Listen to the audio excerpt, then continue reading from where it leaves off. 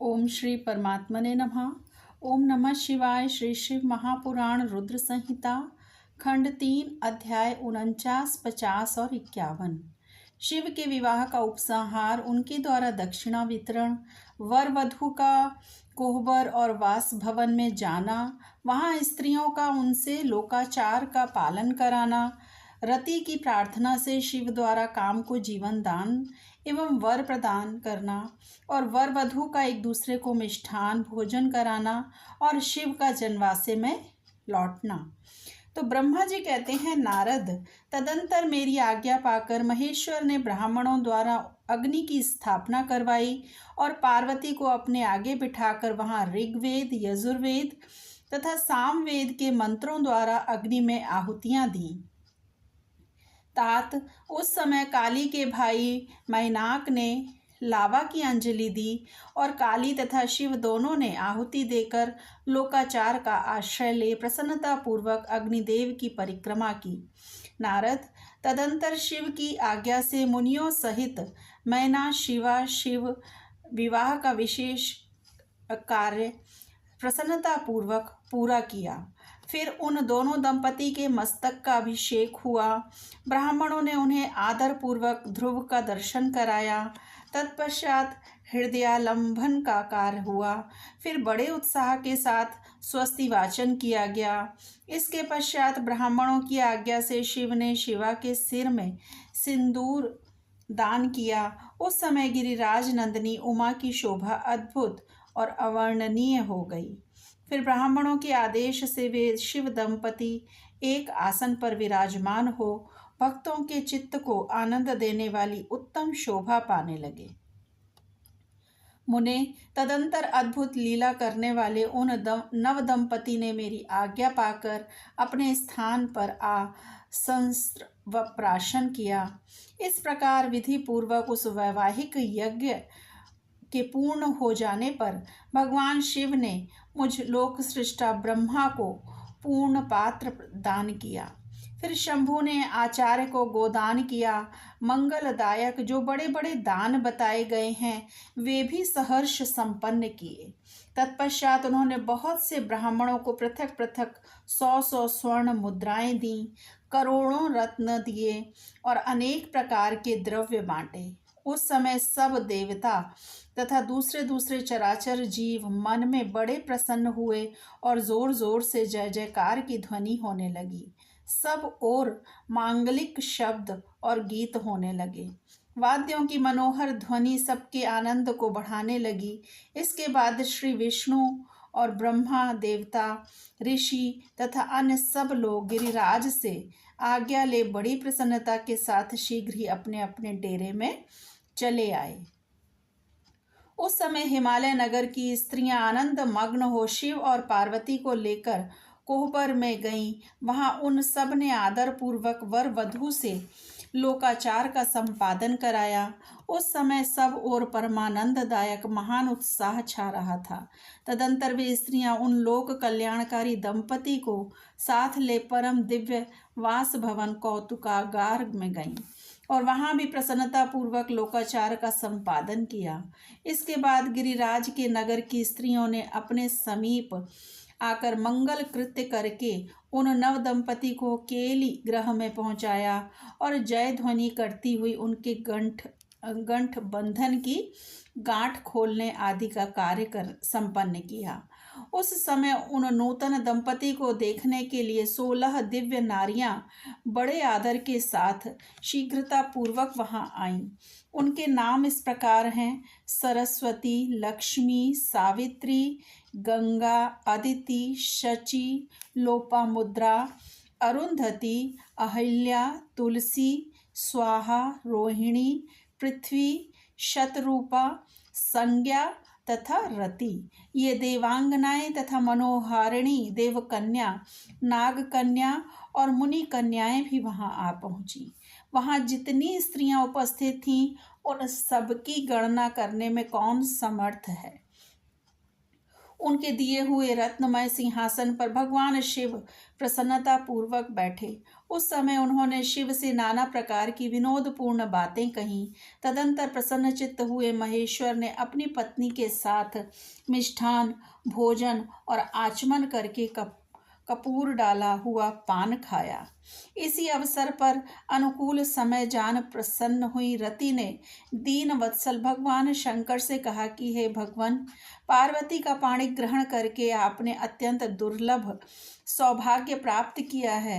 बतलाइए, मेरे प्राणनाथ को जो सर्वथा स्वार्थ रहित थे, आपने क्यों भस्म कर डाला?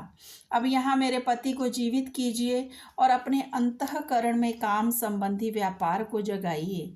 आपको और मुझको जो समान रूप से वियोग जनित संताप हुआ है, उसे भी दूर कीजिए। महेश्वर, आपके इस विवाहोत्सव में सब लोग सुखी हुए हैं, केवल मैं ही अपने पति के बिना दुख में डूबी हुई हूँ। देव शंकर, प्रसन्न होइए और मुझे सनाथ कीजिए। दीन बंधो परम प्रभो, अपनी कही हुई बात को सत्य कीजिए। चराचर प्राणियों सहित तीनों लोकों में आपके सिवा दूसरा कोई नहीं है जो मेरे दुख का नाश करने में समर्थ हो।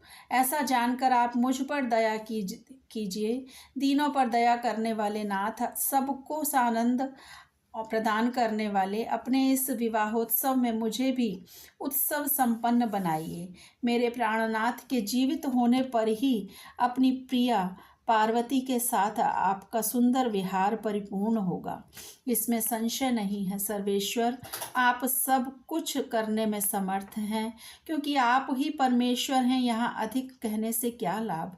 सर्वेश्वर, आप शीघ्र मेरे पति को जीवित कीजिए। ऐसा कहकर रति ने गांठ में बंधा हुआ कामदेव के शरीर का भस्म शंभु को दे दिया और उनके सामने हा नाथ कहकर रोने लगी। रति का रोदन सुनकर सरस्वती आदि सभी देवियां रोने लगीं और अत्यंत दीन वाणी में बोली कि प्रभु, आपका नाम भक्त वत्सल है, आप दीन बंधु हैं और दया के सागर हैं। अतः काम को जीवन दान दीजिए और रति को उत्साहित कीजिए। आपको बारंबार नमस्कार है। ब्रह्मा जी कहते हैं, नारद, उन सबकी यह बात सुनकर महेश्वर प्रसन्न हो गए। उन करुणा सागर प्रभु ने तत्काल ही रति पर कृपा की। भगवान शूलपाणी की अमृतमयी दृष्टि पड़ते ही पहले जैसे रूप, वेश और चिन्ह से युक्त अद्भुत मूर्तिधारी सुंदर कामदेव उस भस्म से प्रकट हो गया। अपने पति को वैसे ही रूप, आकृति, मंद मुस्कान और धनुष बाण से युक्त देख रति ने महेश्वर को प्रणाम किया। वह कृतार्थ हो गई। उसने प्राणनाथ की प्राप्ति कराने वाले भगवान शिव का अपने जीवित पति के साथ हाथ जोड़कर बारंबार स्तवन किया। पत्नी सहित काम की हुई स्तुति को सुनकर दयार्थ हृदय भगवान शंकर अत्यंत प्रसन्न हुए और इस प्रकार बोले। शंकर जी ने कहा, मनोभव, पत्नी सहित तुमने जो स्तुति की है उससे मैं बहुत प्रसन्न हूँ। स्वयं प्रकट होने वाले काम, तुम वर मांगो, मैं तुम्हें मनोवांछित वस्तु दूंगा। शंभु का यह वचन सुनकर कामदेव महान आनंद में निमग्न हो गया और हाथ जोड़ मस्तक झुकाकर गदगद वाणी में बोला। कामदेव ने कहा कि देव महादेव, करुणा सागर प्रभो, यदि आप मुझ पर प्रसन्न हैं तो मेरे लिए आनंददायक होइए। प्रभो, पूर्व काल में मैंने जो अपराध किया था उसे क्षमा कीजिए। स्वजनों के प्रति परम प्रेम और अपने चरणों की भक्ति दीजिए। कामदेव का यह कथन सुनकर परमेश्वर शिव प्रसन्न हो बोले, बहुत अच्छा। इसके बाद उन करुणानिधि ने हंसकर कहा कि महामते कामदेव, मैं तुम पर बहुत प्रसन्न हूँ। तुम अपने मन से भय निकाल दो, भगवान विष्णु के पास जाओ और इस घर से बाहर ही रहो। तदंतर काम शिवजी को प्रणाम करके बाहर आ गया। विष्णु आदि देवताओं ने उसे आशीर्वाद दिया। इसके बाद भगवान शंकर ने उस वास भवन में पार्वती को बाएं बिठाकर मिष्ठान भोजन कराया और पार्वती ने भी प्रसन्नतापूर्वक उनका मुंह मीठा किया। तदंतर वहां लोकाचार का पालन करते हुए आवश्यक कृत्य करके मैना और हिमवान की आज्ञा ले भगवान शिव जनवासे में चले गए। मुने उस समय महान उत्सव हुआ और वेद मंत्रों की ध्वनि होने लगी।